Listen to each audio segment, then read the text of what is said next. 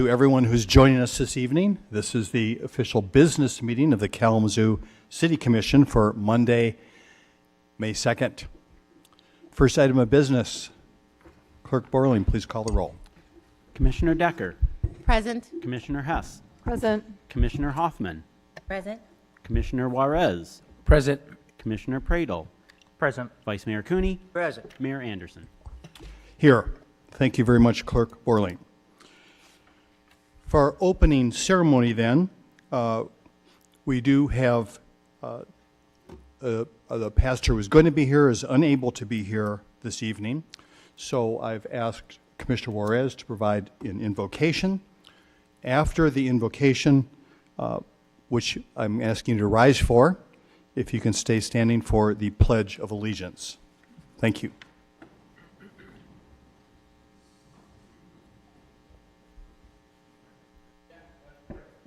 Lord, we just thank you for this opportunity to gather. Lord, we ask that you would just continue to encourage us in wisdom. Father God, we thank you for the united force that this commission has presented thus forth. Lord, we ask that you would just continue to show us grace and mercy for one another as you bestow grace and mercy upon us. May we take to heart the great commandment of love your neighbor as you love yourself. And Lord, in this moment and in this chambers, we get to do that. And so, Father God, we ask that you would continue to shine your face upon us, that you would raise your countenance upon us and give us your peace. In Jesus' name, amen. Amen.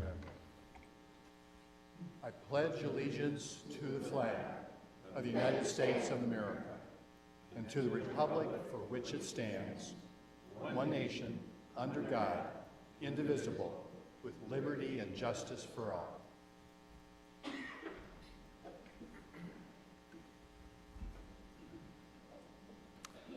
Thank you once again, Commissioner Juarez, for your comments to help set the tone for our meeting this evening and remind us the importance of this work that we do together. And in that theme of what we do together, I would like to introduce a guest we have with us tonight, who is the president of the Kalamazoo Public Schools School Board, Patty Scholler-Barber. Would you like to make some comments related to upcoming event here? Yes, please. Okay, thank you. And I'm going to unmask just for while I'm speaking so you can hear me clearly, and then I will put my mask back on. Thank you very much for that. First of all, I am so excited to be here, and as most of you know, I'm a chatty, excited person, so I will try to tap it down so I make sense. Make sure you talk right into that microphone. Mike, right here? Our listening audience, yes. Thank Okay. you. Is this better?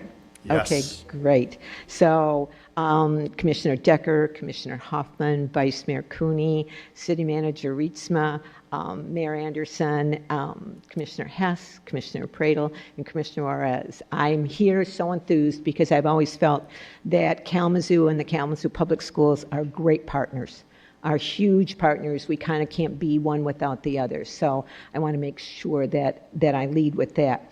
It is very appropriate that I'm here to ask you for a vote yes on a bond that we are putting on the ballot, that is on the ballot tomorrow. A little history about this bond. Well, first of all, I will say that another speaker this evening is the Chief Financial Officer of Kalamazoo Public Schools. I'm going to stay away from the money. He'll talk more about the money and the finance parts. I'm going to do the cheerleading part. But I do want to say we started out with a list that was about $500 million. That was our wish list. And we narrowed it down. We honed it down. The process we used, we surveyed the community, and that was through EPIC MRA, did a random survey throughout the community, and it was extremely helpful for a community committee that Mr. English put an all-call out, and we had about 40 members of the community that came together, and we met several times. It was all in public, it was announced, and there were a lot of discussions, and that's the narrowing down process from the $500 million to the 109 or 197.1 million. And we really wanted to stress that the community that KPS buildings belong to the community. They're used by the community all the time, and we wanted to be partners in that. So then, after that, it made its way through all the right channels, and it's on the ballot now. I want to give a little bit of an indication of some of the things that are on this. It's investment in safety and security, creation of secure double-door entrances to the schools that do not have them. We are almost complete with those. Upgrade our camera systems, replace aging school buses, invest in our school, including building a new El Sol. I'm not sure if you've driven by our project that's ongoing right now, our new Edison complex, which is phenomenal. That came out of an effort like this. That was bond money. There's bond money on a roll right there.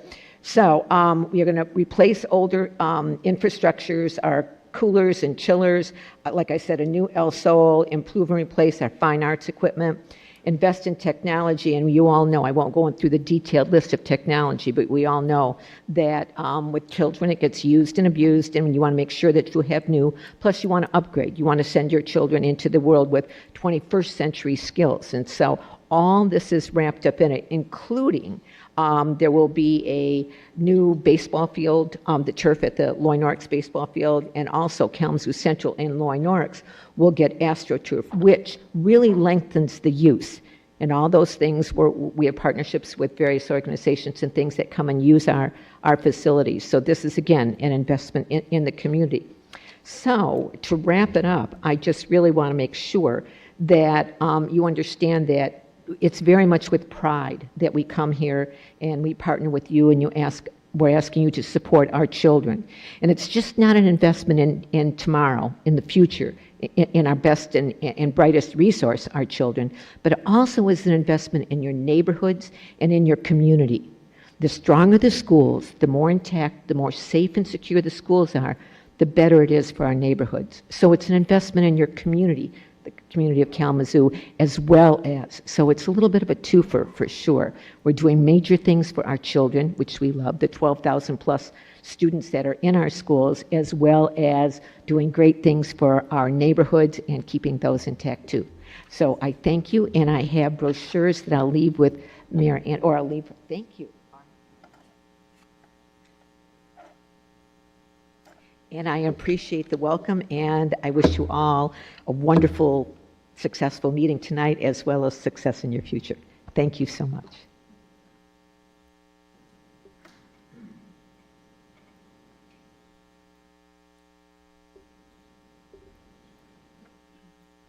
Thank you. I'm thrilled to be here, and it's good to meet all of you. I appreciate this opportunity. I'll keep this pretty short. I'm a finance guy, so I can bore you pretty quick with numbers, but I'm not going to do that this evening.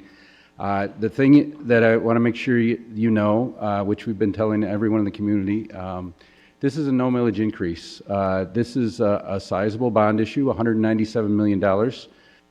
As President Scholler-Barber said, we have needs, wants, and wishes in excess of $500 million. But we could do $197 million without a millage increase. So that is what is on the ballot tomorrow, because we're committed to not only doing what's best for students, but also thinking of taxpayers and doing what's best for taxpayers as well. So the fact we can do a no millage increase and at the same time invest in our schools, invest in our community, we're super excited about that. As you heard from her, this is a great opportunity, and we're really at the same time thinking of this as very much a partnership with the community, and certainly we're here tonight to talk about, we also want to renew the partnership with the city of Kalamazoo and make sure that we're working together and on the same page.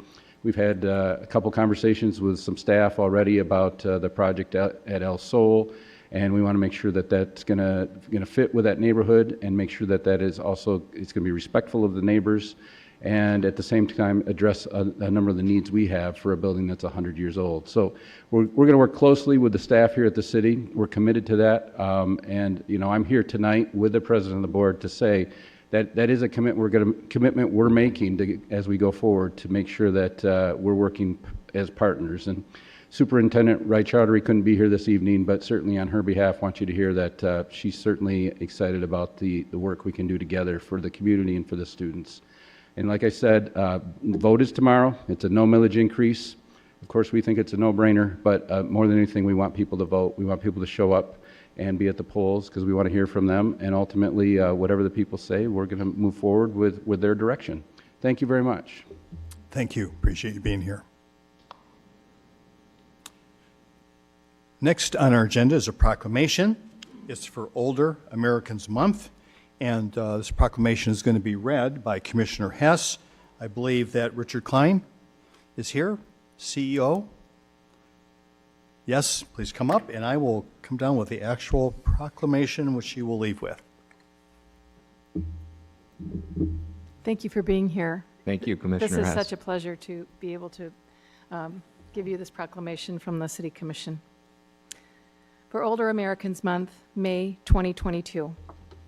Whereas, Older Americans Month was established in 1963 to acknowledge the contributions of past and current older persons in the nation. And whereas, the City of Kalamazoo includes a growing number of older Americans who contribute their strength, wisdom, and experience to our community. And whereas, communities benefit when people of all ages, abilities, and backgrounds are welcomed, included, and supported. And whereas, the City of Kalamazoo Commission recognizes our need to create a community that provides the services and supports older Americans' need to thrive and live independently for as long as possible. And whereas, the community can work to build an even better community for older residents by planning programs that encourage independence, ensuring activities are responsive to the needs and preferences of individuals, and increasing access to services that support the aging population in Kalamazoo. And now, therefore, on behalf of the 54th City Commission, I, Jean Hess, Commissioner, on behalf of David Anderson, Mayor of the City of Kalamazoo, do hereby proclaim May 2022 to be Older American Month, and to urge every resident to recognize the contributions of our older citizens to help to create an inclusive society with joint efforts to support older Americans' choices in their aging process. Thank you so much. Thank you. Thank you, Commissioner Hess, Mayor Anderson, and thank you, Kalamazoo City Commission. My name is Richard Klein, and I represent Milestone Senior Services. We've been in the community for 58 years, most notably for Meals on Wheels serving seniors, the Michigan My Choice Waiver Program, with over 1,000 volunteers. So I just want to thank the Commission for this proclamation that uplifts older Americans in our community. You've all heard of the baby boom right after World War II. We now call it the Silver Tsunami because over 10,000 older Americans are turning 65 each day. And in the next few decades, that's going to take our population, that population, to over 20%, or 80 million of our entire population in the country. So it's a growing need, and I can't thank you enough for uplifting older Americans in May. Thank you so much. Thank you very much, Mr. Klein. Appreciate it. Thanks for your work. Commissioners, you have before you the agenda for tonight's meeting. Are there any changes you would like to see?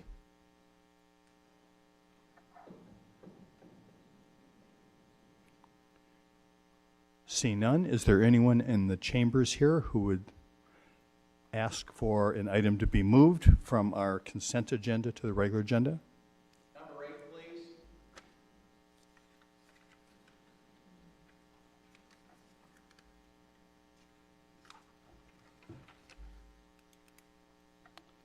That's item G8, which is the first reading of an ordinance to amend the text of Chapter 50 zoning.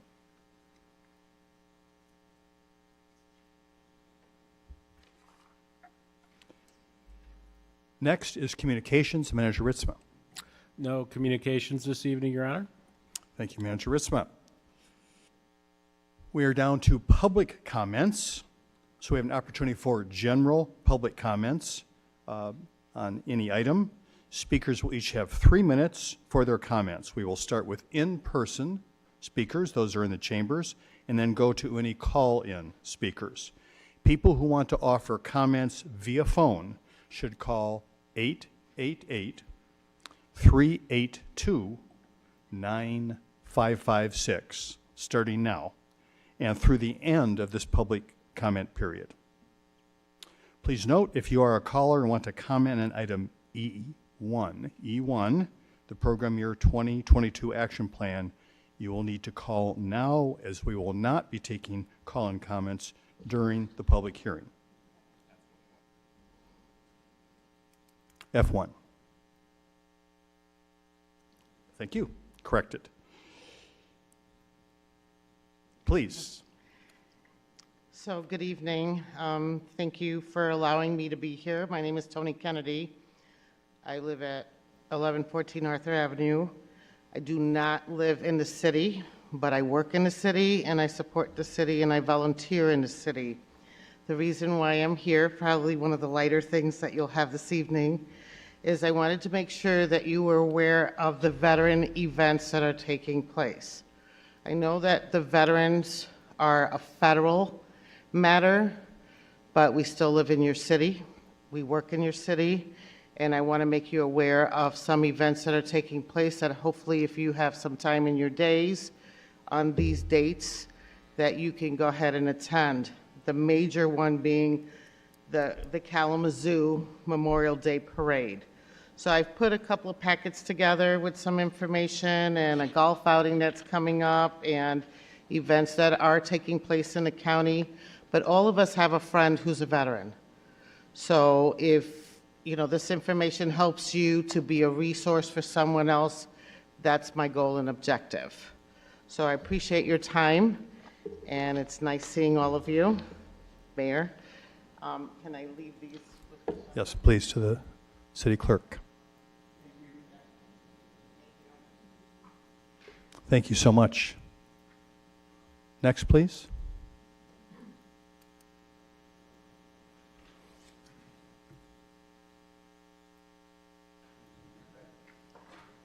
Chris Dilley. I'm the general manager of People's Food Co-op, the operator of PFC Natural Grocery and Deli, and the Kalamazoo Farmers Market. I'm here tonight to ask for increased leadership from you to better conditions in our community for our unhoused community. Over the past years, PFC has gotten more involved and invested in supporting our area's unhoused community through programs including hosting the community fridge and pantry, hosting meal and warming tent events, raising money through our for unhoused efforts through our Change for Change Roundup program at the Register. I've gradually gotten to know a lot of the unhoused community that does intersect with the co-op, participating in those meal and warming tent events. And I hear how, in particular, the sweeps that are happening are really challenging in a lot of ways that I'm not certain that we understand as a group, and where that pressure goes, certainly onto our unhoused community, throwing a lot of chaos into that community. And then that chaos, of course, ripples out into all of our lives. And I just think we can do better. I think we can do better as a community. And I'm asking for your leadership in doing better. We are going to continue to do these events and be part of whatever efforts we can be that work within our capacity as an organization. And I look forward to seeing and being able to participate with you and with the city in improved efforts there. I also just note that our community is a web, and that when we push and when we pull and things that happen, they ripple out and the waves come out, and like I said, it impacts everyone. And yeah, I'm hoping that we can do better. Thank you. Thank you. Is there anyone else in the chambers who'd like to make a comment this evening?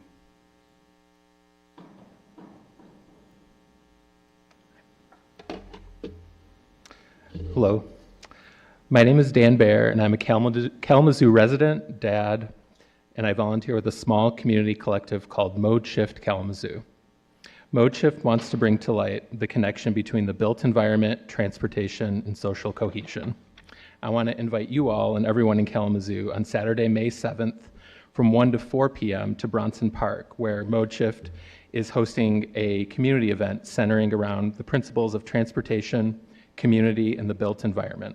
Please stop by and enter into this conversation. I want to speak today about transportation, specifically people-centered transportation. The city's street design manual just came out. The very first line on the Imagine Kalamazoo website talks about the need for alignment between transportation and land use, and we couldn't agree more. Please take bold action because building a more balanced transportation system is the right thing to do. And here are some things that we do know that are facts. AAA calculates that it costs almost $10,000 on average to own a reliable car in the state of Michigan. Requiring every individual to own a car, as Kalamazoo's built environment infrastructure does, is a major barrier to equitable participation in our community's economy. So we need to invest deeply and long-term in transportation infrastructure, especially alongside critical projects to meet immediate housing needs. We know transportation is the leading source of greenhouse gas emissions in the U.S., and we know the biggest contributor to this is personal vehicles, which most Kalamazoo residents currently must use. This council adopted a resolution to declare a climate emergency in 2019, and time is of the essence to provide workable alternative modes of transportation. Reducing car use can be an economic driver too. Research shows that people who walk or bike for transportation spend 10 to 40% more at local businesses. We know road violence is a major drain on our public resources. Some 50% of all county emergency dispatches are for traffic or vehicle-related calls. And finally, we know how to fix many of these problems. A full 20% of household trips are 1 mile or less, 33% are 2 miles or less, and well over half of all trips we make are 4 miles or less. So this is low-hanging fruit. The right infrastructure would allow those who want to encourage those who might want to give it a try, the ability to walk, bike, and take transit to their destination safely. Please act on climate, act to support our families and to bolster our small businesses. And again, I just want to invite everyone here and everyone in Kalamazoo and around to our event on Saturday, May 7th in Bronson Park. Mode Shift Kalamazoo is sponsoring a community event centered around the principles of transportation, community, and the built environment. Please stop by and enter this important conversation. Thank you very much.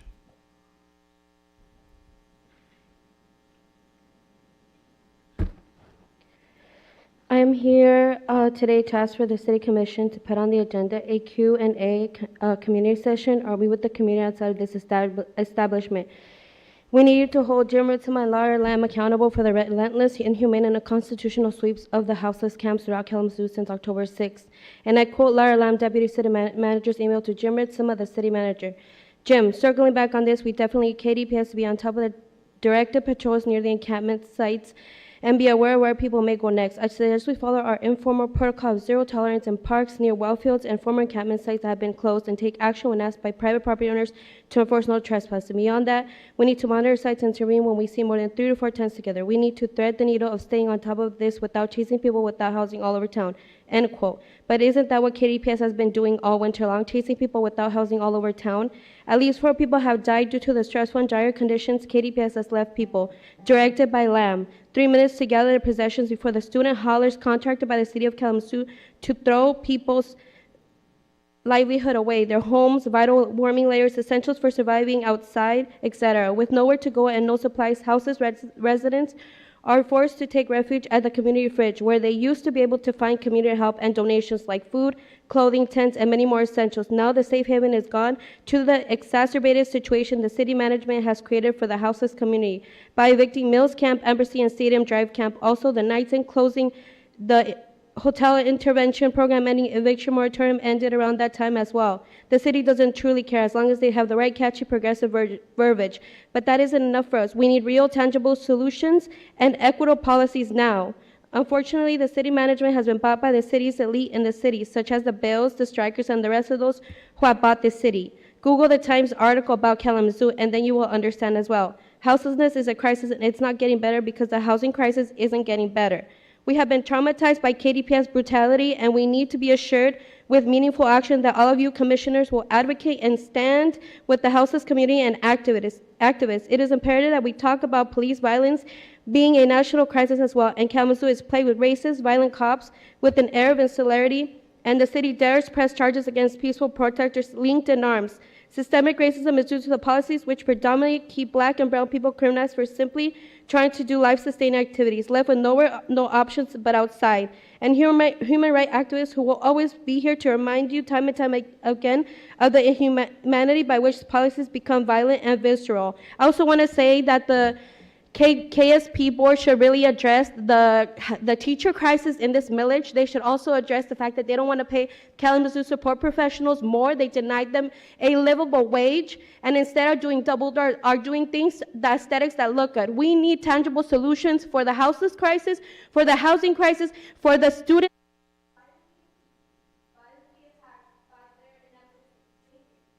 Thank you. Is there anyone else that would like to make any comments in the chambers this evening?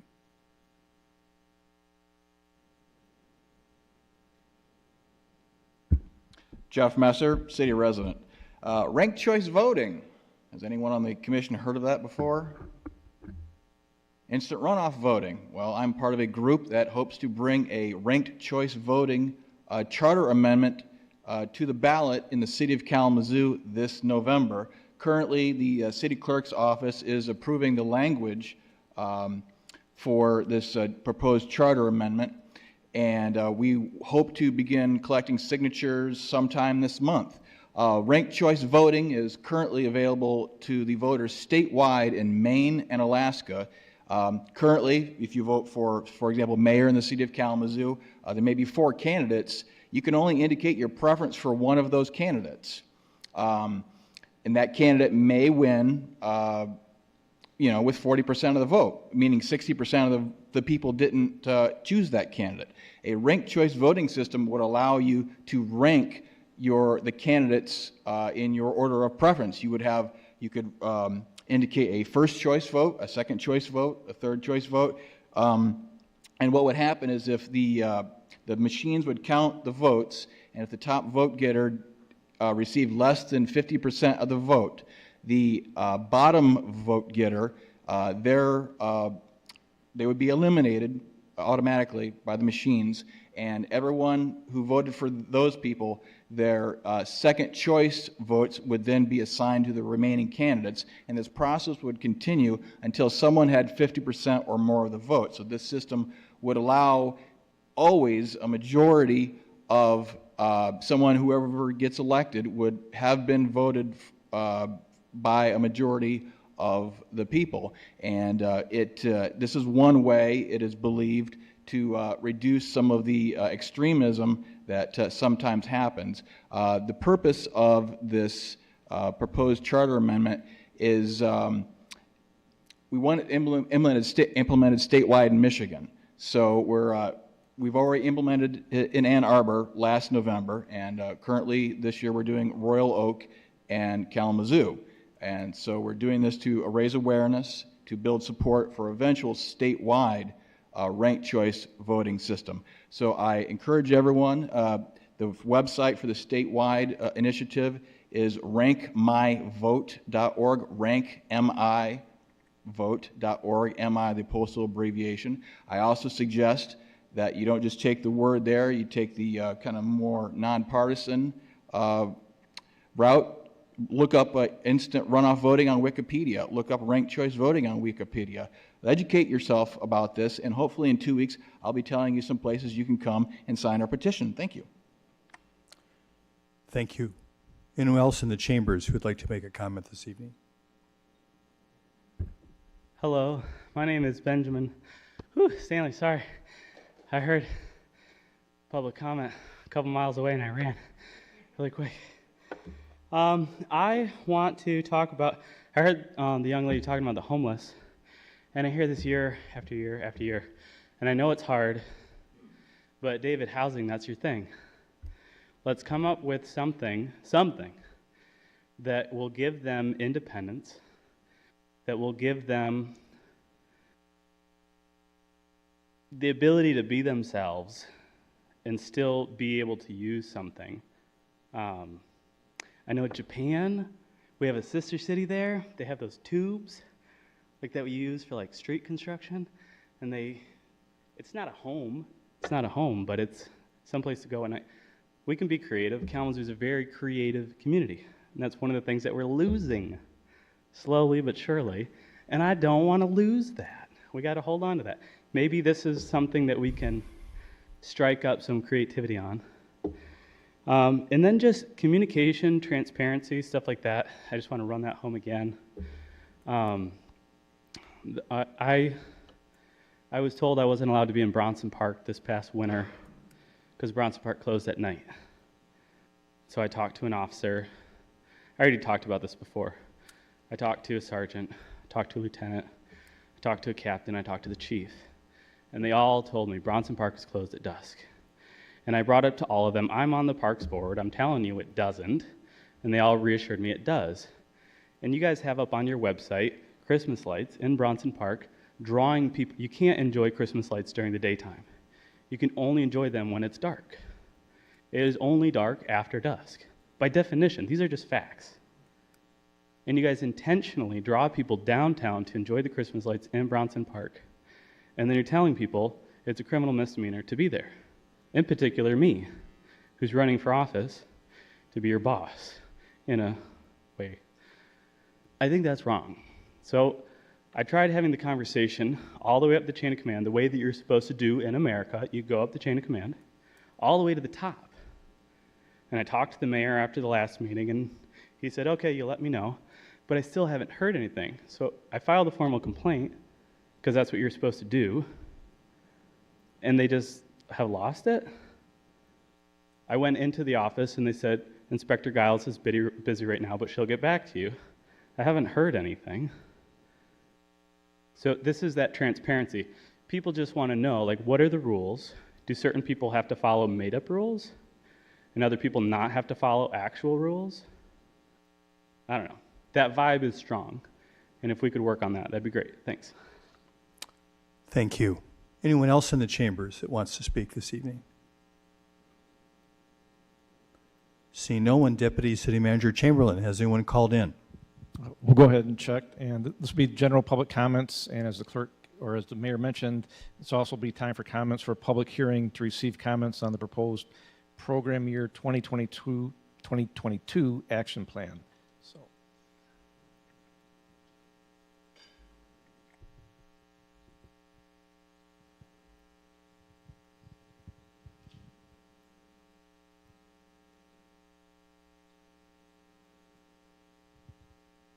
Mr. Mayor, we have no comments. Thank you, DCM Chamberlain. Next on our agenda is a public hearing. I'd now like to open a public hearing to receive comments on the proposed program year 2022 action plan required by the Department of Housing and Urban Development. Manager Ritsma, is there a staff presentation on this item? We do have staff in the audience that are available for questions, and one's coming forward right now.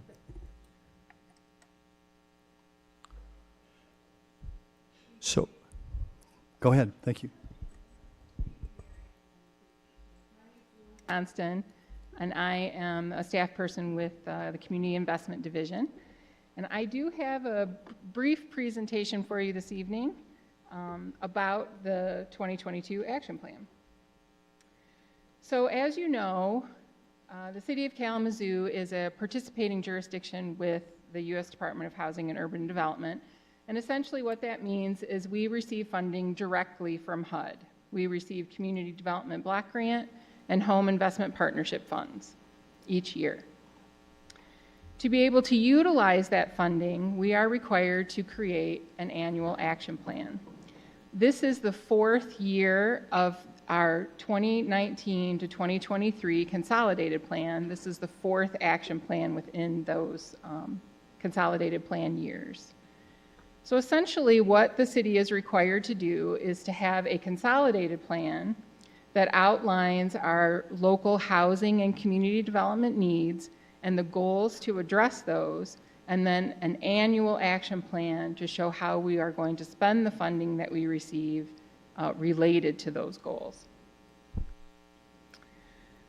The main goals from the 2019-2023 Consolidated Plan are to improve the amount of decent and affordable housing in the city, to work towards ending homelessness, to advance the sustainability of our CDBG eligible neighborhoods, and to develop well-adjusted and productive adults through supporting our youth programs. So to talk about the Community Development Block Grant Program, this was essentially created to create viable communities. So decent housing, a suitable living environment, and economic development opportunities are the things that the CDBG program supports. To be able to have an activity that is supported by CDBG funds, it has to meet one national objective. I have the three listed up here. The main one that the City of Kalamazoo utilizes is benefiting our low and moderate income families.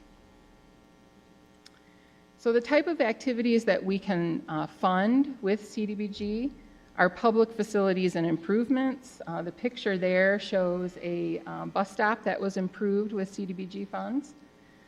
Public services, housing rehab, code enforcement, and again, economic development.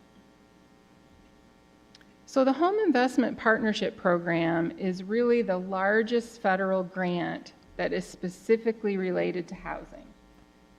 That is typically the only thing you can do with home funds. So build, buy, rehab units for rental and home ownership. And then to ensure that those units that we have invested in remain affordable, HUD has some specific affordability periods that we have to follow and our subrecipients who utilize the money have to follow.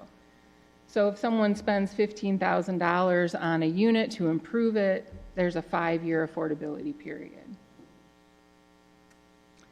So the specifics of the 2022 action plan, we're expecting to receive about $1.6 million in CDBG funds, $500,000 in home, and then we also have to report out any program income that we generate, which is income from past projects that may still be generating funds for the city to spend.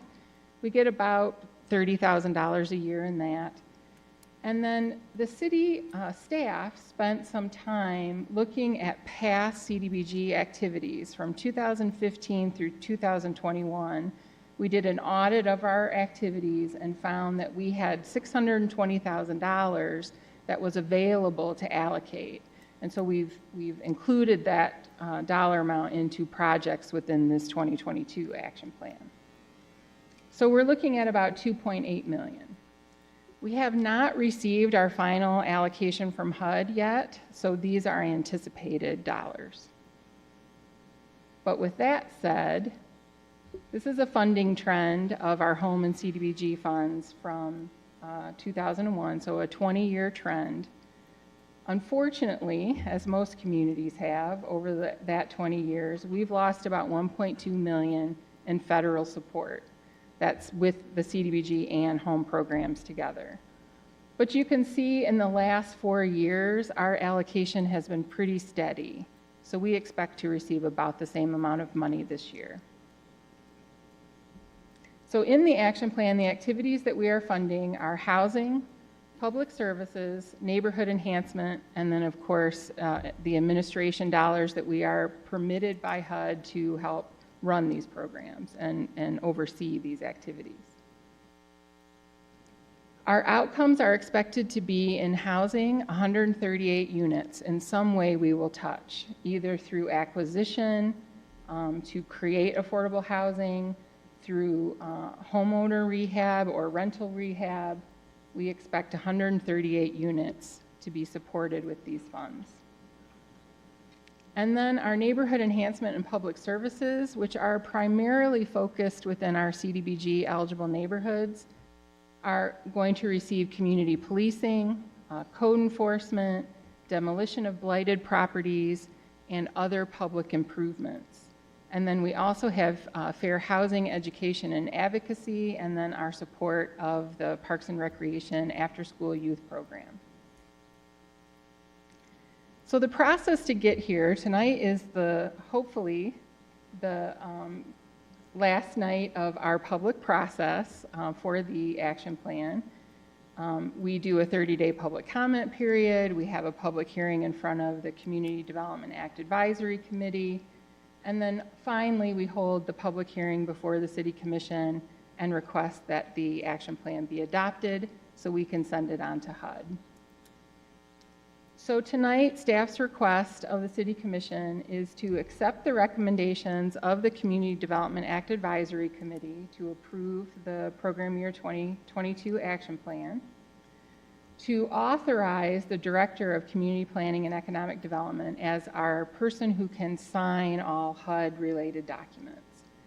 And then a third step, which is new, is to authorize the Director as well to be our certifying officer for our environmental review record, and this needs to be done by resolution. This is a requirement by HUD. We have to have our elected officials approve the Community Planning and Economic Development Director as that certifying officer. I am happy to answer any questions the Commission has. Thank you very much for your presentation. I appreciate that. Just a little clarification here. So we have one action that we will be taking, and we will be accomplishing these three things at the same time. Is that correct? That's correct. Thank you. Thank you.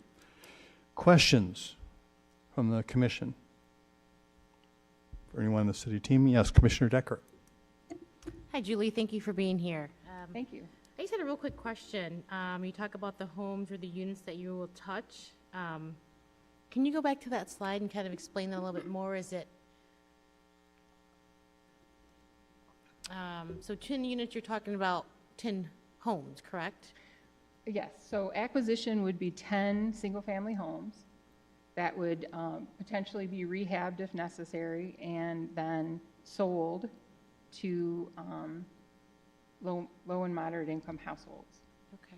And then, so if you could kind of explain the 2 rental units, is that a rental, a unit that has five rentals in it, or?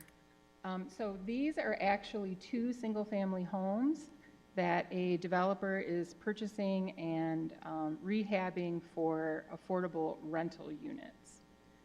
They will each, again, depending on the amount of funding that is put into each unit, they will have an affordability period of anywhere from 5 to 10 years, likely.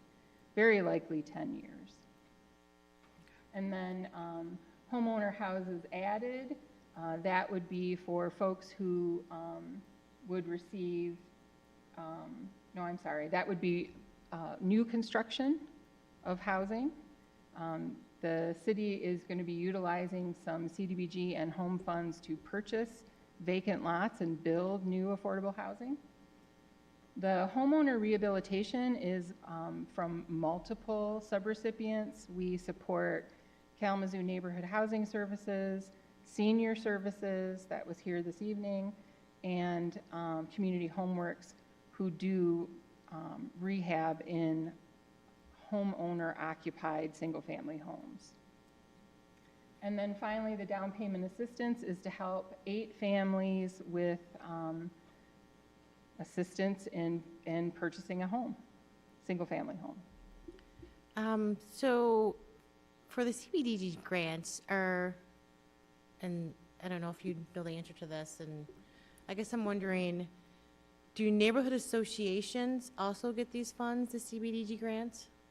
So the city holds a competitive application process once a year for the funding, and the neighborhood associations are included in any outreach that we do to let them know that we are starting the competitive process, and they can make an application for CDBG funds for projects, as long as the projects meet all of the HUD rules related to that funding. Okay. Have you had any neighborhood associations reach out for this year, or? We did have a neighborhood association, the Kalamazoo Eastside Neighborhood Association submitted an application. Unfortunately, the application was not complete, and so the the application subcommittee was unable to review it. So we reached out to to the neighborhood association and met with a couple of their board members and are going to work with them over the next year to get them prepared for the next competitive cycle. Okay.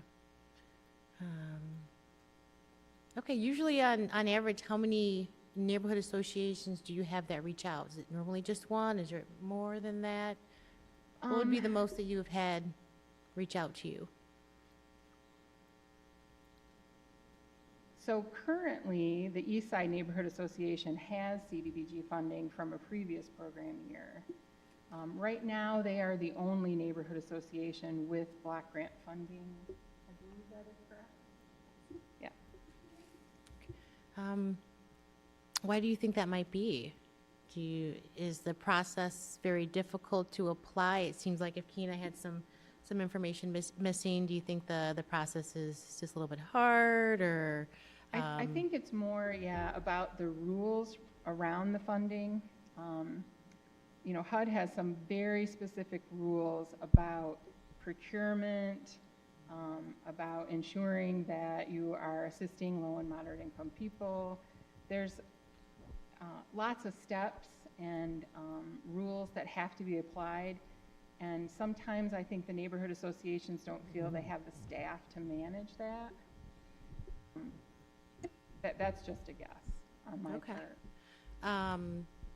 So if a neighborhood association was to come to you and say, hey, I want to apply for these CBDG grants, who is there to assist them with all of their questions? Do you have someone that's designated for that to walk them through these steps so they won't feel overwhelmed, so they can apply for these grants to move forward? Yes, so we have compliance specialist staff, that's what my title is, and we have 2 other staff members. And our role is to help ensure that the HUD dollars are being spent and utilized in a way that meets all HUD requirements. So we have trainings related to how to utilize the CDBG funds, what the rules are around those funds. And like I said, if we had an organization that was interested in applying in 2023, like we're going to be doing with the Eastside Neighborhood Association, we will help them through the process. We're going to have multiple opportunities to meet with staff prior to applications being submitted. We want to make it so that people feel like they can come and submit an application, but we just have to make sure they understand what's going to happen when, if their application is approved and when they receive the funding, the reporting that has to be done, all of the steps after that. Okay. Do you think you guys would be willing to come and have conversations and meetings at neighborhood associations to kind of go over this information with them and talk with them about that? Absolutely. Yep. We absolutely can do that. Awesome. Thank you. Thank you. Thank you, Commissioner Decker. Other questions? Comments? Commissioner Hoffman. Good evening, Julie.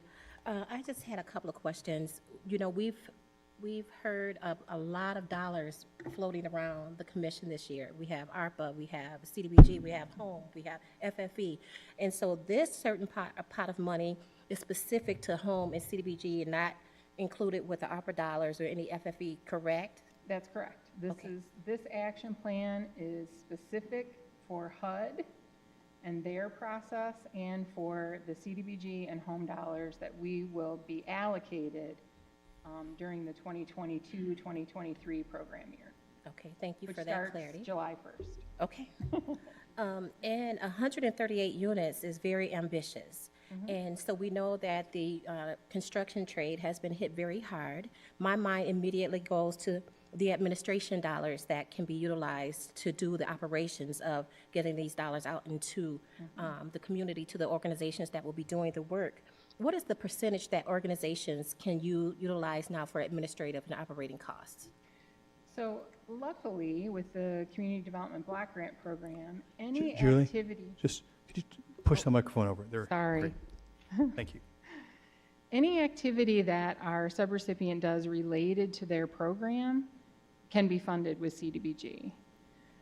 We typically, from the city, do not allow administration dollars to be spent on things that are not related to their activity. So, for example, our subrecipients that are going to be doing housing, the work to intake the staff or the applicants, the staff time to do that, the staff time to work with the contractors, the time to go out to the sites and make sure the contractors are doing the work they're supposed to be doing, all of that can be covered with block grant funds.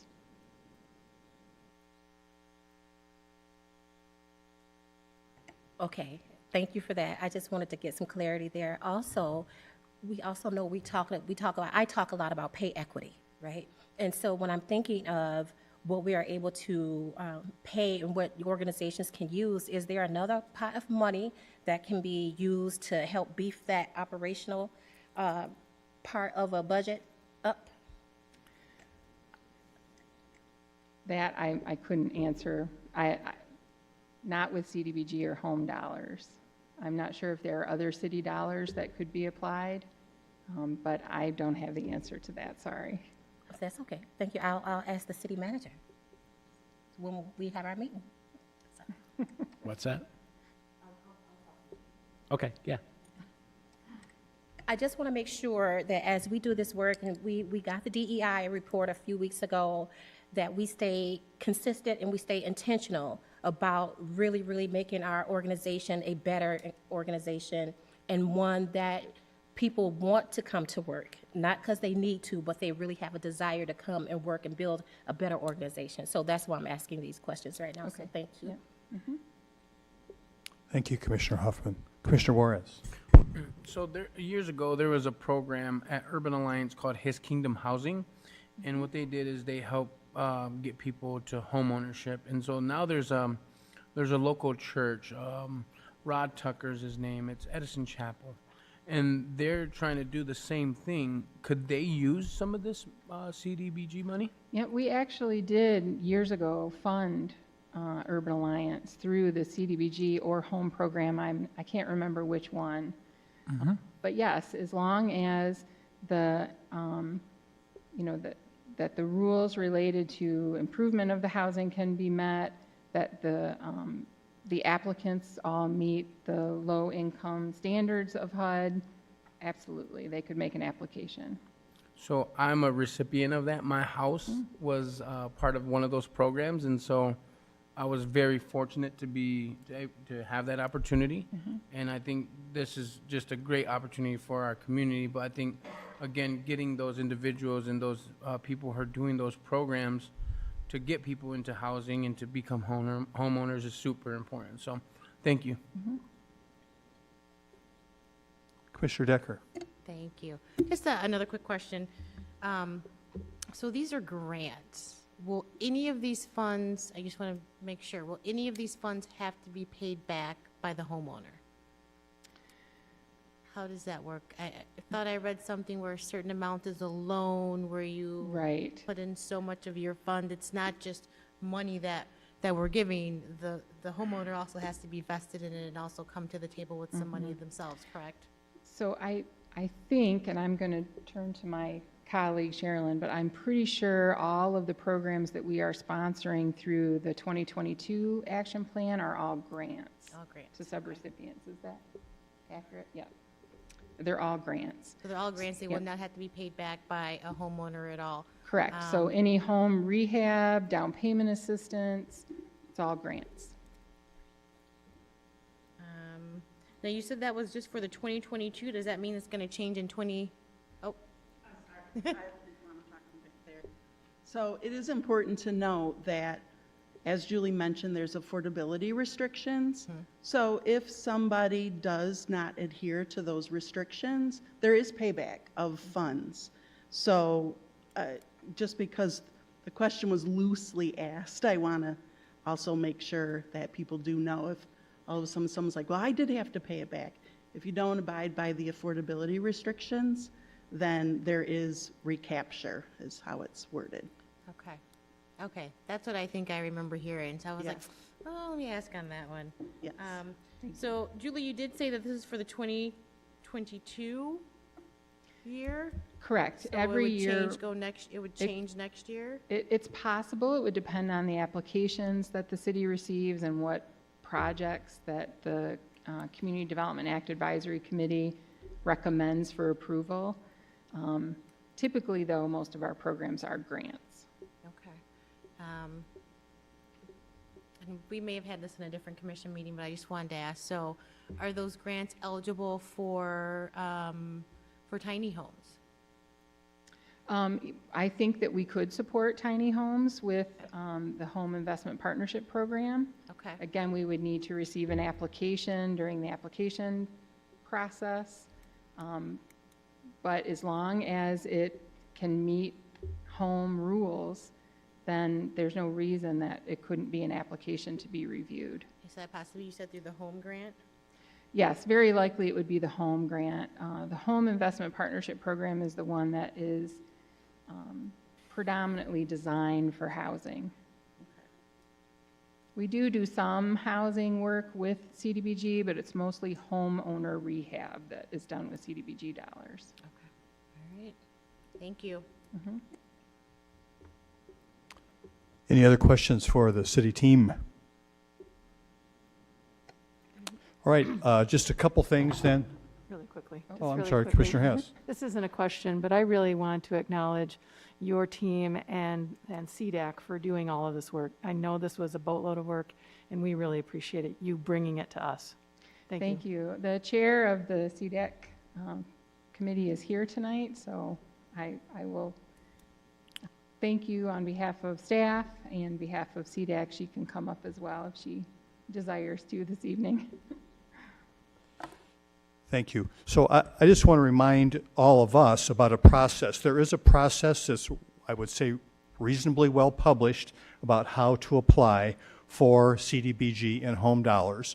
Generally speaking, there's a training, which is often mandatory to get started with that process. It's very detailed, but it is, in order to help people be efficient with their time and attend, it is very, very important to attend that mandatory training, because otherwise you could spend a lot of time and realize you don't have an eligible activity that you're thinking about applying for. So we have a longer term relationship with HUD, but every year we must have an annual action plan.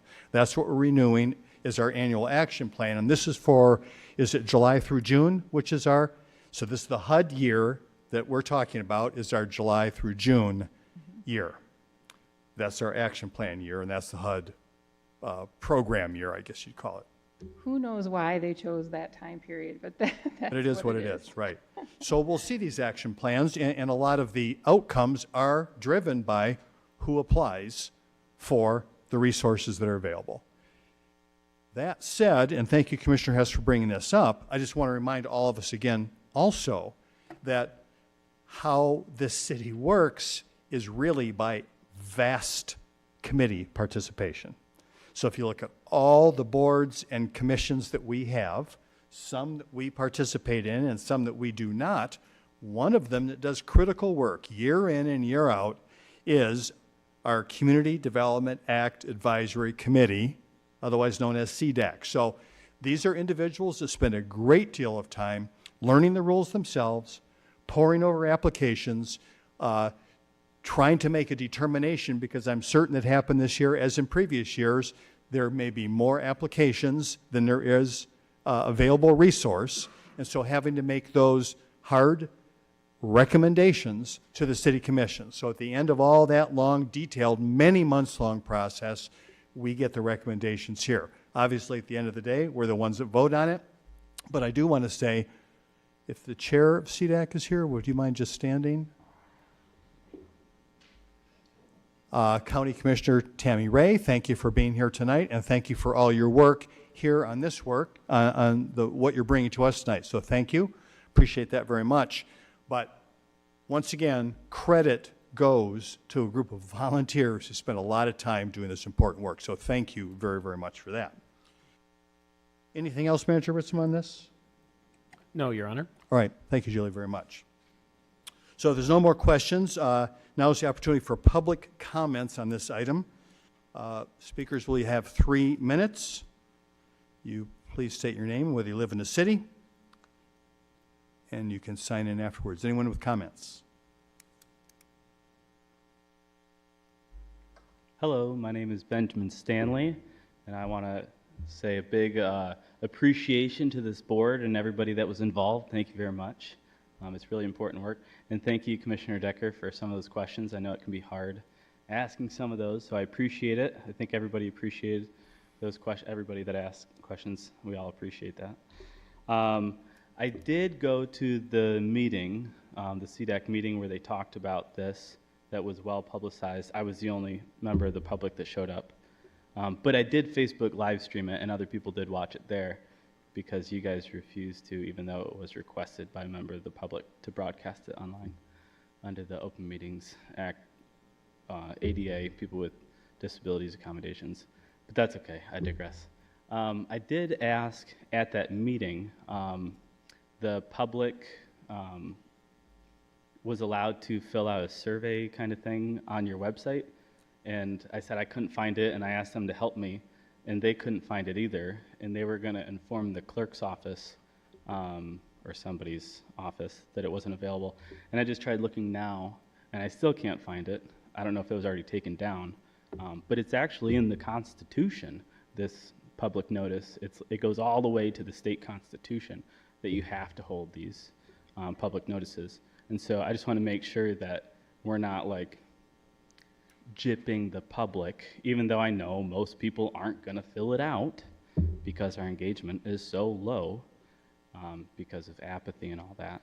But maybe if it was actually available, more people would. I don't know.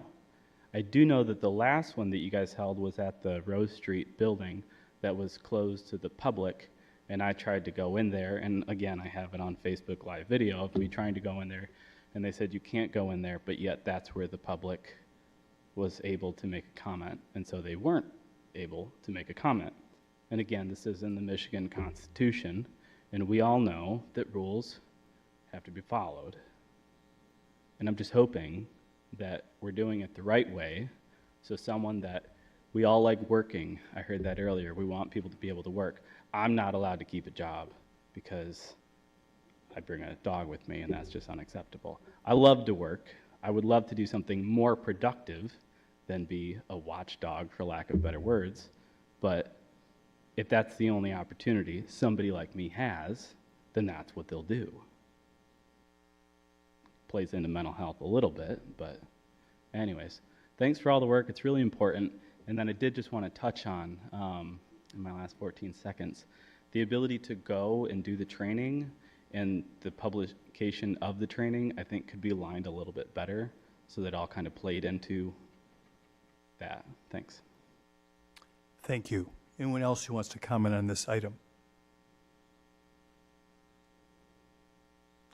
Seeing no more comments, I'd like to close the public hearing. Commissioners, the recommended action is a motion to A, accept the recommendations of the Community Development Act Advisory Committee, CDAC, and adopt the program year 2022 action plan.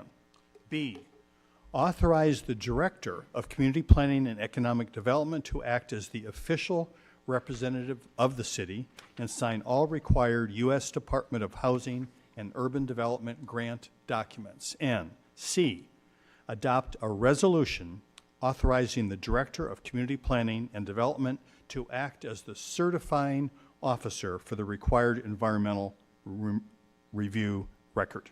Is there a motion? So moved. Motion made by Commissioner Hoffman, Second. supported by Commissioner Juarez. Discussion.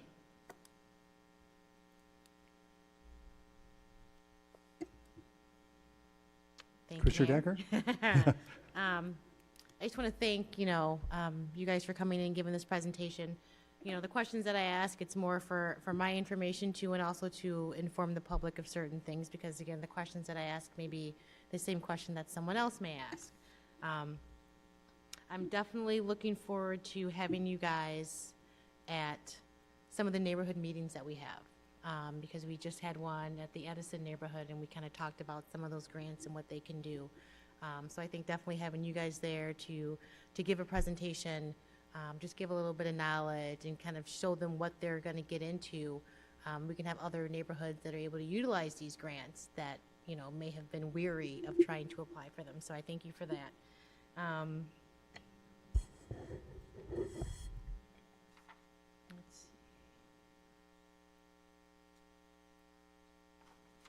excited for the application process beginning in July, and hopefully it will be easy for individuals to locate, to fill out, to print off, to get to, and just make sure that it's accessible to everyone in every arena, again, via email, online, website, a piece of paper that they pick up here.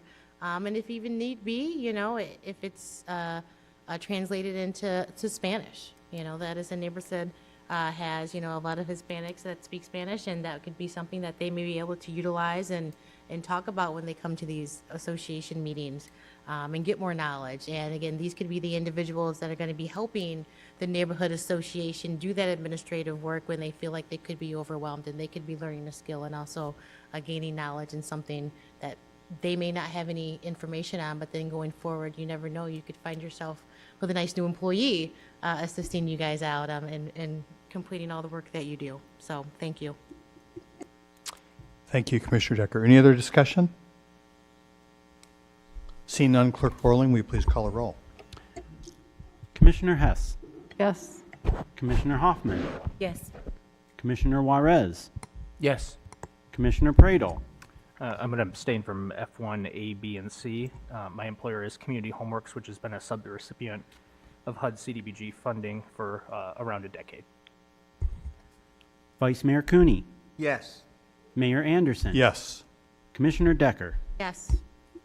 Thank you, Commissioners. The item F1 is adopted. Next is our consent agenda. Manager Ritzma. Tonight, we have the following items presented for approval. First is the approval of a contract with Rathco Safety Supply Incorporated for sign installation and maintenance services in the amount of $170,000. Next is the approval of a professional service agreement with OHM Advisors for construction engineering services for the Lake Walnut Patterson Bridge Rehabilitation Project in the amount of $390,000. Next is the approval of a contract with Peters Construction Company for the Rose Street resurfacing project in the amount of $518,000. Next is the approval of a contract with Reith Riley Construction Company for the resurfacing of Kilgore Road from Oakland Drive to Westnedge Avenue in the amount of $769,753.10. Next is the adoption of a resolution approving contract number 22-5072 with the Michigan Department of Transportation for the Systemic Signal Backplate Safety Project in the amount of $416,525.75 and acceptance of a grant from the Federal Highway Administration Highway Safety Improvement Program in the amount of $374,873.18 to support the project. Next is the adoption of a resolution approving contract 22-5046 for the Michigan Department of Transportation for bridge rehabilitation work on Patterson, Lake, and Walnut Street bridges in the amount of $3,473,470.66. Next is the adoption of a resolution authorizing the city manager to sign an authorization for change in standard lighting contract with Consumers Energy for changes at the West Michigan Avenue, Howard Street intersection. Next is the acceptance of a grant in the amount of $50,000 from the National Fitness Campaign and Priority Health to support the installation of a fitness pad at Upjohn Park. Next, the approval of a lease agreement with Mr. Brandon Pollard to farm 149.47 of the existing 381.03 acres of city-owned property at Wells Pumping Station number 25 in Comstock Township, and approval and acceptance of an easement from the Edward J. Fletcher Revocable Trust for water main installed as part of the 3343 Oakland Drive Water Main Extension Project. Thank you, Manager Ritzma. Commissioners, the requested action is a motion to approve items 1 through 7 and 9 through 11, and authorize the city manager to sign all related documents on behalf of the city. Is there a motion? So moved. Motion made by Commissioner Pradle, Support. supported by Commissioner Hess. Clerk Borling, please call the roll. Commissioner Hoffman, Yes. Commissioner Juarez, Yes. Commissioner Pradle, Yes. Vice Mayor Cooney, Yes. Mayor Anderson. Yes. Commissioner Decker. Yes. Commissioner Hess. Yes. Thank you, Commissioners. The items on the consent agenda are approved. Now for our regular agenda. Manager Ritzma. Item G8, first reading of an ordinance to amend the text of Chapter 50, zoning of the Kalamazoo City Code and schedule a public hearing for May 16, 2022. Thank you very much, Manager Ritzma.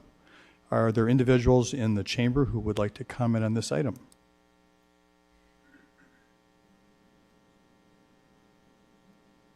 Jeff Messer, city resident. This consent agenda item caught my attention because I thought it was particularly not non-descriptive. So I read the two-page agenda report. Actually, the agenda report's longer than that, but and I gathered that there were three changes that were being proposed. The first is to permit first-floor residential uses in the community commercial zone. The second change would prohibit drive-through service at cannabis dispensaries. And the third change is just some housekeeping in the zoning ordinance. So I'm not going to talk about that part. So I'm totally in favor of allowing first-floor residential uses in the community commercial zone. This is the type of zone, this is our most intense commercial zoning zone. This is the type of zoning you'll find, for example, along Stadium Drive, where you have automotive dealerships, gas stations, auto repair facilities, and any big box stores. That's where you'll find that. I'm not sure where on Stadium Drive or where in particular. I don't think there's any proposed residential uses there. But I am totally in favor of allowing people to use their property as they see fit. So therefore, I am totally opposed to the prohibition on drive-through service at cannabis dispensaries. Every time, and just in general principle, but more specifically with cannabis, every time you implement a restriction on business, you make it more difficult for them to do business and you raise the costs. And particularly with drugs, the whole point of, I think, of legalizing cannabis was to kill off the black market. When you raise costs on legal businesses, you make them less competitive with the black market.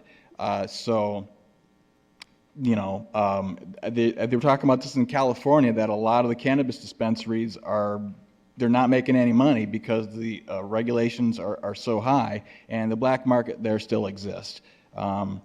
So, and also a lot of people take cannabis because of cancer or other medical reasons, and maybe they're wheelchair bound, and it's a burden on them to walk into the dispensary. So this is up for first reading tonight. The City Commission will actually consider for final approval in 2 weeks at the meeting on Monday, May 16th, I think is the date. So if anyone in the audience runs a cannabis dispensary in the city of Kalamazoo or is a customer and does not think they should be denied the convenience of drive-through service, or if you think that these regulations, thank you. Time's out. Thank you. Anyone else would want to comment on this item?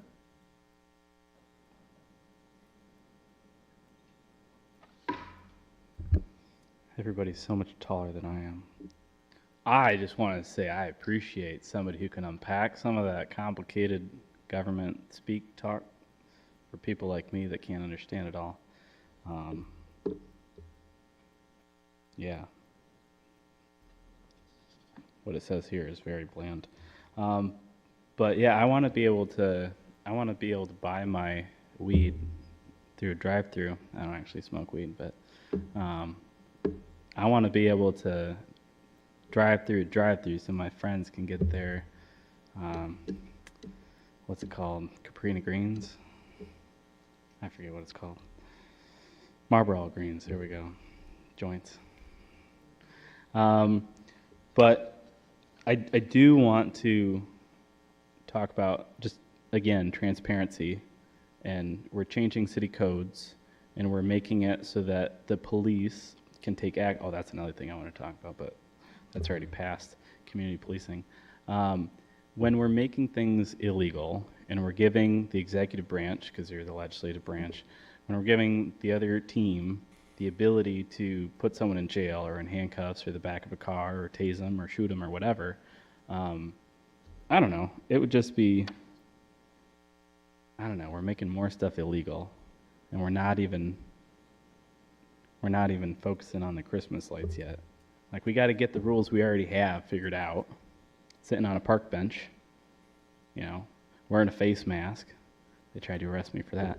Like, we got to figure out the rules that we have right now, and we're making new rules. I know, we're always making new rules, but I'm just thinking, can we make all drive-throughs illegal? So, like, you have to sit down at a table with your family and eat, and you gotta cook it together, whether you enjoy each other or not. Just Taco Bell, McDonald's, Wendy's, Checkers, all of it illegal in the city of Kalamazoo. Could we do that? Clear across the board? That'd be pretty cool. All right, thanks, guys. Thank you. Anyone else who wants to comment on this item?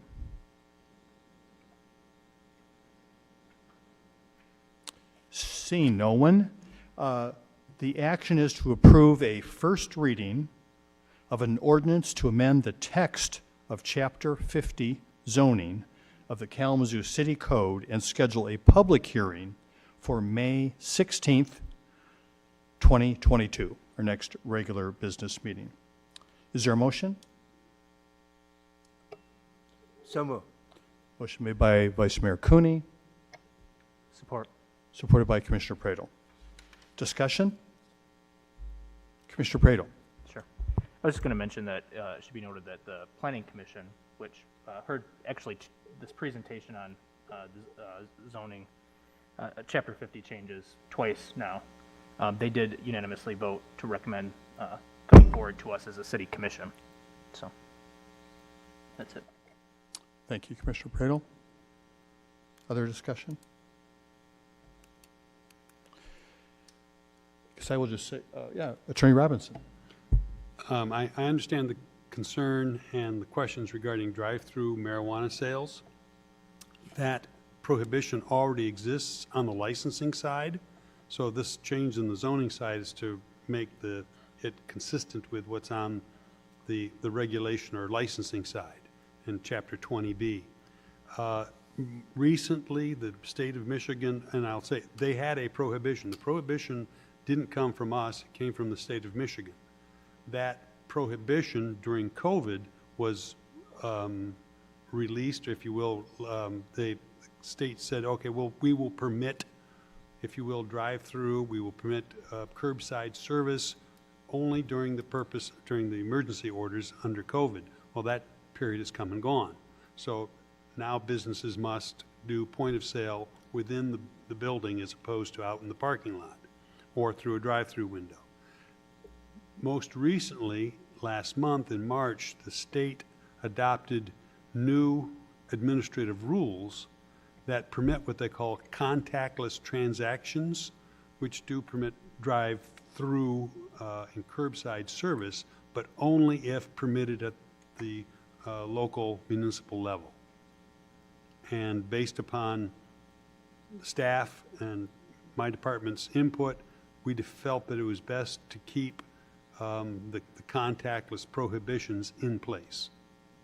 And that's what was recommended to the Planning Commission. Thank you, Attorney Robinson. Commissioner Pradel. City Attorney Robinson, can you share, is that on a basis of instances that raise concern about public safety or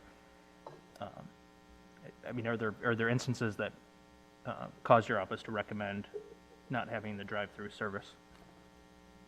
Well, part of the problem with the drive-through service is site plan, in that some of the buildings are situated on properties that really don't easily permit that. The other is, again, the regulation of it. I mean, you have to be 21 years of age in most cases to get adult use. You can be less than that for medical, but you have to go into the building as a point of sale, as opposed to picking it up at the window. if you will. Now, there is, and our ordinance does permit you to make a order online or over the phone and have the business deliver it to you. That is permitted under the rules and permitted under our ordinances.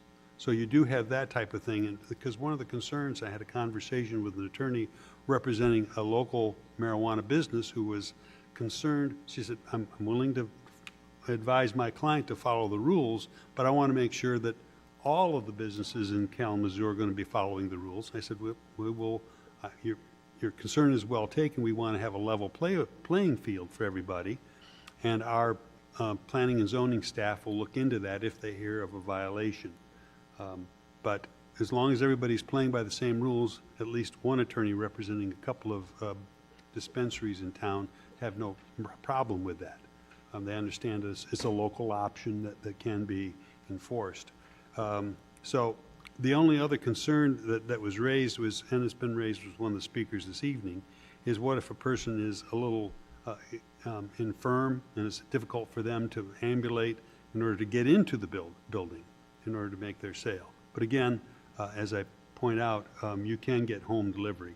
Now, there may be an upcharge for that, I suppose. I don't know, because I'm not in the business of participating in those as a consumer of their products. So I don't know. But it was our recommendation that, given the fact that, again, you don't know who's in the car, you don't know, that is a transaction that requires the business to know who they're transacting with, to make sure they're 21 years of age. You lose some of the warnings that are on place in terms of use of marijuana by pregnant women in particular, and some of the other things that are required advisories both by the state and under our local ordinances concerning the operation of motor vehicles and heavy equipment and that kind of thing. Thank you, Attorney Robinson. Any other? I was just going to add, I mean, for what it's worth, I mean, for me personally, I have been for curbside pickup, picking up alcoholic beverages during the pandemic more than I probably care to admit with my wife, with 3 little kids in the back. And to be fully honest with you, the way it works is you pull up, the person comes up to the window, you put your ID up, you pull down your mask, and it's like you would do if you were in the store. And we've also had alcoholic beverages delivered right to our front door, and it's the same process. It's evolved, and I personally think, looking at the amount of revenue we've received from, cannabis facilities, personally, I think, it seems to be working, and, a lot of the fears that people expressed when we were originally trying to, make it possible to have recreational marijuana, I just haven't seen it lived out where it's, caused deterioration of neighborhoods or deterioration of society as we know it in our community. So, I personally would be in favor for maintaining, drive-through or curbside pickup. Thank you, Commissioner Pradel. Any other discussion on this item? So tonight, this is setting the public hearing, which will occur 2 weeks from now. So I've just asked Manager Ritzma just for maybe some additional information related to recommendations that come not only from our community planning and economic development staff related to this zoning change, but once again, just making sure we review the communication that occurred at the Planning Commission, because obviously a great deal of discussion there, and that is a group of volunteers, once again, who spend a great deal of time looking at very specific planning issues and try to make informed decisions that they recommend to us. So I think that would be helpful as well. So that will be available to us. What we're voting on tonight is to set this public hearing for May 16th. Clerk Borling, will you please call the roll? Commissioner Juarez. Yes. Commissioner Pradel. Yes. Vice Mayor Cooney. Yes. Mayor Anderson. Yes. Commissioner Decker. Yes. Commissioner Hess. Yes. Commissioner Hoffman. Thank you, Commissioners. The motion passes. Manager Ritzma, do you Do you have any reports and legislation? I do not this evening, Your Honor. Thank you, Manager Ritzma. Clerk Borling, as I always do, I'm going to let you remind us about what's going on tomorrow. Thank you, Mayor. Yes, we're having an election tomorrow. There are, everyone in the city has at least one proposal question on the ballot. Some have more. Polls open at 7 a.m. and close at 8 p.m. If you have an absentee ballot still in your possession and you want that to count, that needs to get back to my office here at City Hall by 8 p.m. tomorrow night, and I encourage everyone to vote. Thank you, Clerk Borling. Now is the time to hear from commissioners. Is there anyone who would like to start this evening? Okay, Commissioner Decker. Thank you, Mayor. I did just want to say one thing. You know, we had the young lady come up, and I didn't have a time to write down her name regarding the Kalamazoo Day Memorial Parade, or the Kalamazoo Memorial Day Parade and the ceremony. And I know she said this is all at a federal level, but I don't know if there's something that we as a city can do throughout this month to recognize, you know, the missing men and women that have given their lives for the United States. So I don't know, you know, City Manager Ritzma, if maybe a missing man's table might be able to be erected. I don't know the rules and regulations on that. Maybe that's something you could look into just for maybe the month of May, you know, to give that recognition to the soldiers that are no longer here with us. Thank you. Thank you, Commissioner Decker. Commissioner Morris? Just really excited to hear some of the applications that came in for the money for youth development exceeded some of the amount that we allocated. It is really exciting to see that and the work that's being done behind that. You know, I know sometime this month we're going to be talking about gun violence. We are getting ready to launch a series of March Against Gun Violence the last week of May and 2 weeks in June. We're going to be gathering on the north side, east side, and south side to do that, and we'll have flyers and community events pages put up on Facebook for people to know, and we'll share it all through Kalamazoo. So the more we can, the more we know about it, the more we can support it. And I do agree with some of those things that are on the table now with like gun violence and the youth development stuff that's being worked out. And we have a long way to go, and we still have things to work on with like the homeless population, with the housing stuff. I mean, there's so much that's there. And today I was honored to be able to lead our leadership team with the network of churches that we work with in the urban communities. And the quote was, "It's easier to boil a pot of water than to boil the ocean." And so as we do this work together, we can start to see us chip away at certain things that are happening. And the more we can shine light on that, the more we can hear stories and testimonies about what's taking place, I think the more it excites us to do the work.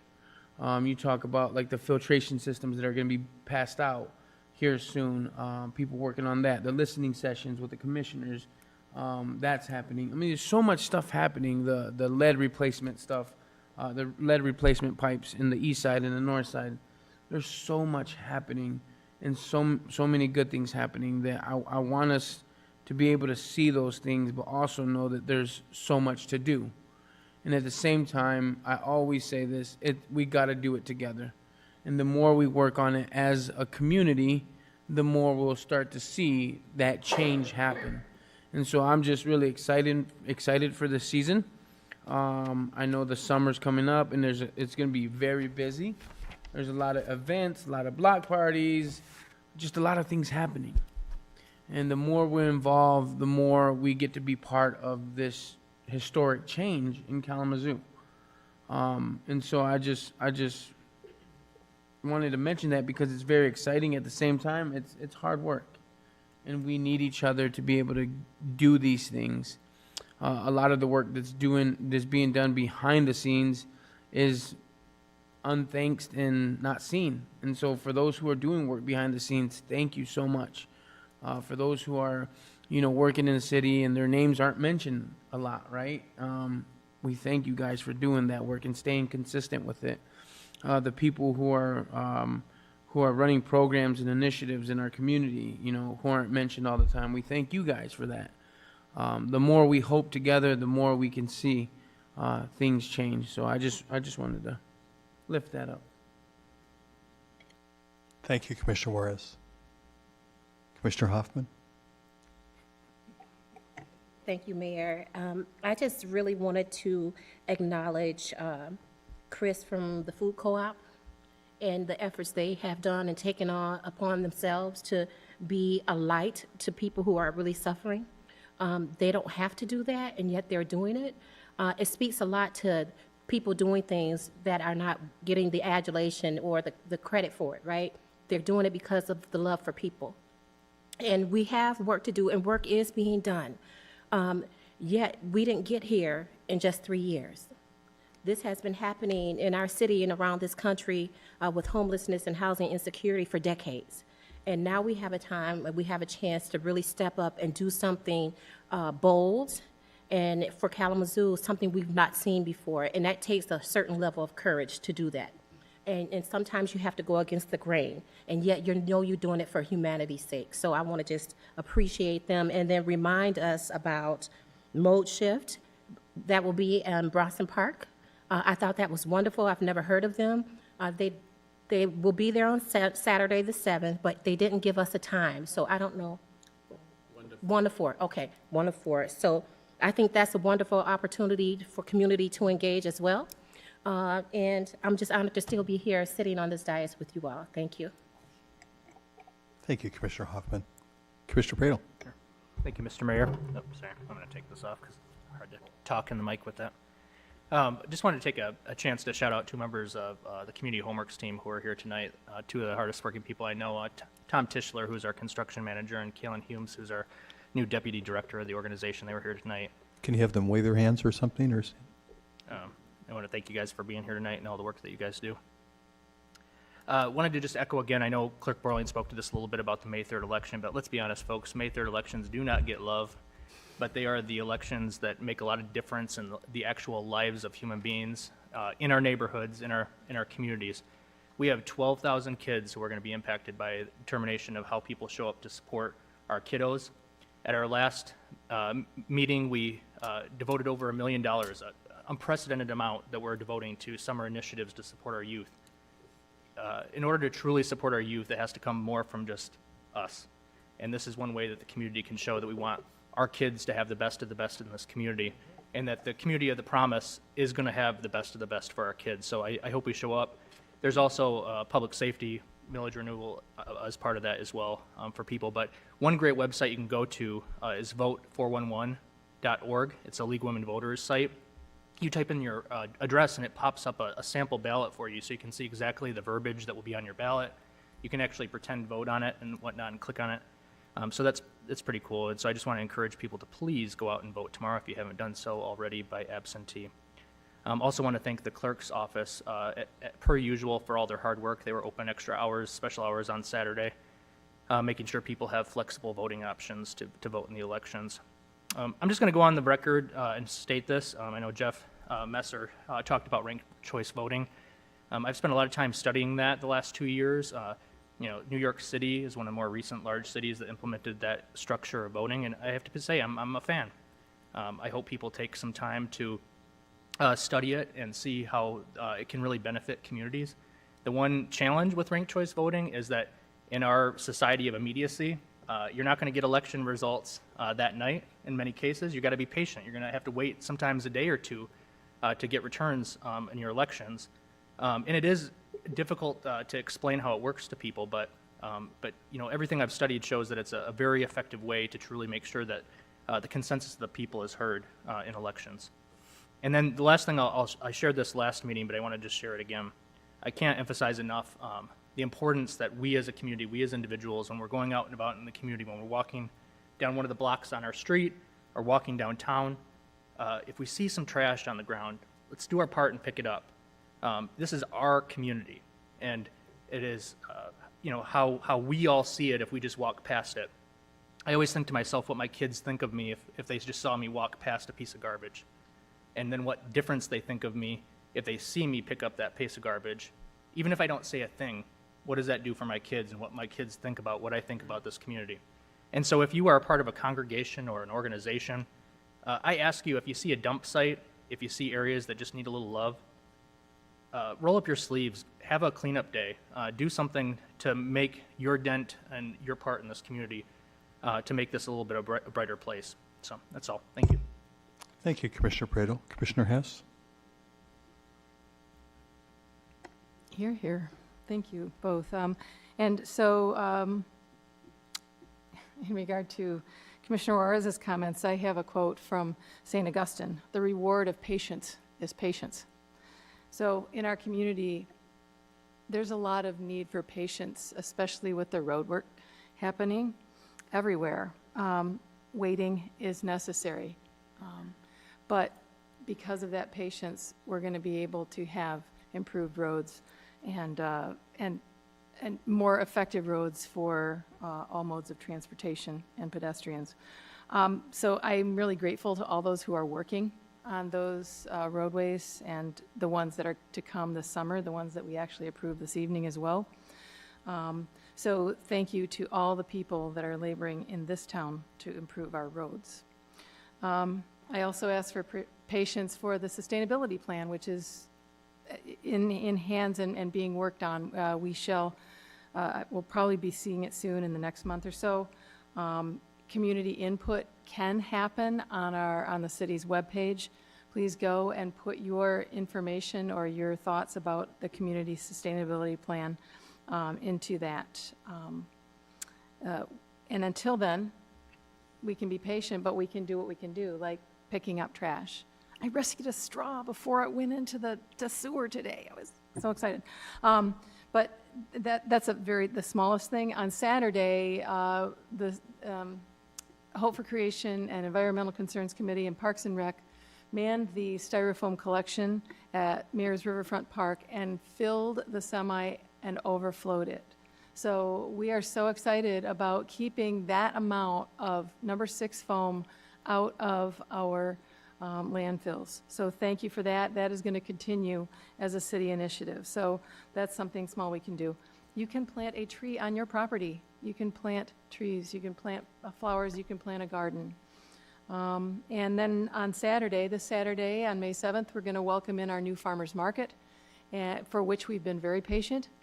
And we're going to have to be even more patient to wait for its completion after we open it. But I'm really excited about that. So please support our local farmers and people that sell at the market. That will be, the official opening will be May 7th at 10 a.m. As was said by some of our commissioners, there was a listening session in Edison neighborhood just recently. We are going to type up our comments, send them to the city manager. You will be heard. And if you feel you're not being heard, please call 311. Please get on the city's website and the drop-down menu, I want to report. I know that there are potholes everywhere. You can report a pothole. Please do so. Our public services want to know about them. Let's see, I'm also encouraged, Commissioner Wes, by the number of applications coming to our initial ARPA grant money for summer youth development. That is so fantastic for our young people and for the people who work with them. So that is going to shift culture here in the city. And then lastly, I just want to welcome our new neighborhood activator in the Community Planning Economic Development Department, Jay Slaby. So thank you. Jay's going to be working with folks as they put together their neighborhood plans and then see them through to fruition. So thank you, and that's all. Thank you, Commissioner Hess. Vice Mayor Cooney.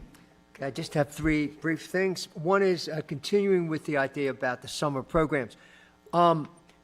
We put $850,000 into a pot, $875,000. we could have taken that money and said, okay, we're going to put programs in the community and here's what we're going to do. But we didn't do that because we know that there are people in the community who have for years been pouring themselves out in work for our young people.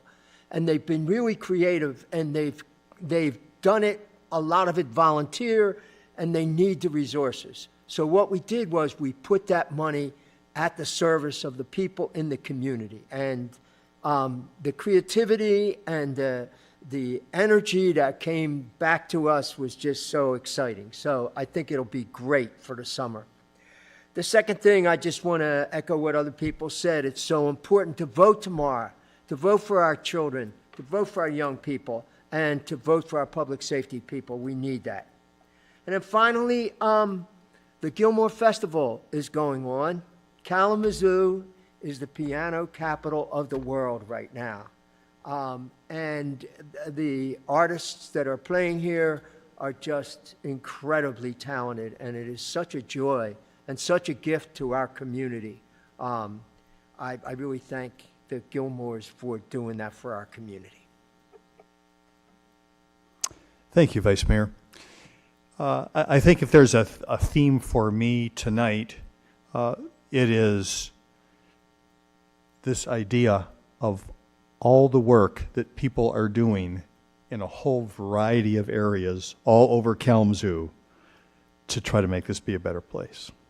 Whether you're talking about all the people that are volunteering with the Gilmore Piano event, whether you're talking about our own folks who serve on a planning commission here or CDAC here, or whether you even talk about people who sit up here.